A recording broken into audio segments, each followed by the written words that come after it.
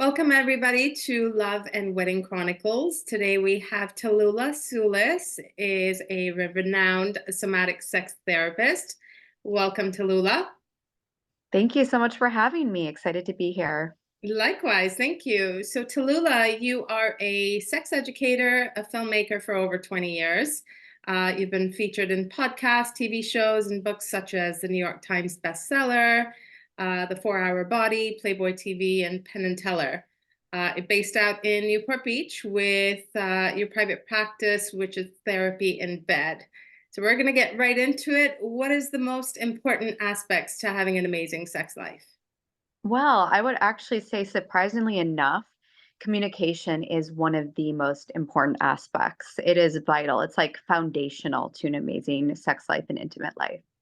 So what exactly? Tell me why communication is missing from so many couples and what we can do to get that going to a little better place with communication. Well, I would say, first of all, to be honest, most people are terrified to communicate their needs and desires with their partner. And there's also a shame piece there. We sometimes have cultural shame, personal shame about our desires and our needs and our fantasies. So there is a lot of fear and vulnerability in sharing openly about it, as well as navigating possible rejection from our partner or possible kind of being put down for what we're interested in or wanting to explore. So what are some of the great ways to initiate conversation with our partners? And of course, Well, this is non-gender binary for anyone that's listening. yes, for any couple, for any partners, I would highly recommend approaching the conversation with openness and vulnerability and also enthusiasm. Sometimes we don't talk about intimacy and sex until we're like at the place where we're frustrated about something or we're feeling like we're not getting our needs met. So being able to approach the conversation with excitement, like I would love to try this with you, or I'd love to open up a conversation with you about this. I would love to explore this. Or, you know what, we have never tried before that I've always wanted to do.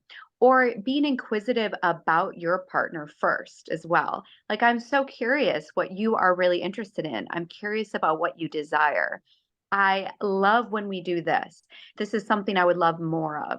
So these are kind of encouraging conversations that get you and your partner excited about the conversation rather than it kind of having a feeling where it's coming from a place of shame or fear or frustration about something that's not happening.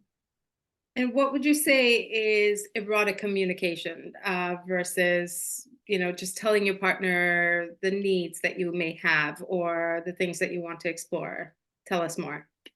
Well, some of the elements of what we want to discuss in these conversations, they can get very detailed, and I really encourage lots of details. And part of that is accessing times where you have experienced things that you've really liked or a certain specific type of touch that you like. Like I like slower, more sensual touch, or I like to be teased, or I like when you did this specific thing that was really fun, or remember that one time in the beginning of a relationship where we tried this or we did this. I loved this so much. Or this is something that I'm excited to explore or could be a possibility for us. What do you think about that? So there these conversations having a place where it's encouraging, open, and actually get into the details because sometimes we make assumptions that our partner should be a certain way or want the same things that we do. And we're not going to discover if there might be different things that we're needing that our partner has no idea we even want. So I recommend these conversations to be also very encouraging of your partner's needs too. So we never want to yuck someone's yum. So if our partner does share openly and vulnerably about something that they are fantasizing about or wanting, we want to have a very open mind and be encouraging. Otherwise, they're going to shut down, the conversation shuts down, and we're not going to get anywhere or be able to explore the things we really honestly want to explore. And that's true. I think a lot of people just assume that their partners are going to know what they want. sometimes just on all fronts, really. So communication, I think, is important on all levels in any sort of relationship. What advice do you have to give to any couples that are looking to get married and just in the engaged phase or dating phase, or even couples that have been in long relationships? Well, I really recommend for all of those couples in various different stages of their relationships to have these conversations earlier on because it kind of sets a tone. It's a little bit harder to have these conversations further down the line, right? So we want to create this energy of openness and open communication from near the beginning. And that way we don't get into these loops, feedback loops with our partner where we think where we're faking something, we're not being authentic. We're kind of, some people would rather settle for just a subpar experience with their partner intimately rather than have these conversations. So we really want to try from as much in the beginning as we can. And if you're more advanced in your relationship, it's never too late to, even years into the relationship or marriage, to initiate a conversation like this. And it's strongly recommended because this is the foundation for getting your needs met and your partner getting their needs met, and to make sure that we're able to explore and have that spark and connection. And again, making sure that we're not making assumptions that our partner should be doing something and they have no idea that we want that. And then we get frustrated when we don't get that. So we have to really be able to open up those lines of communication throughout these communications don't end. We continue to talk about things even after we're intimate. Like, what did you like about that? Was that a good experience for you? What would you like? What was a highlight of that experience? Right.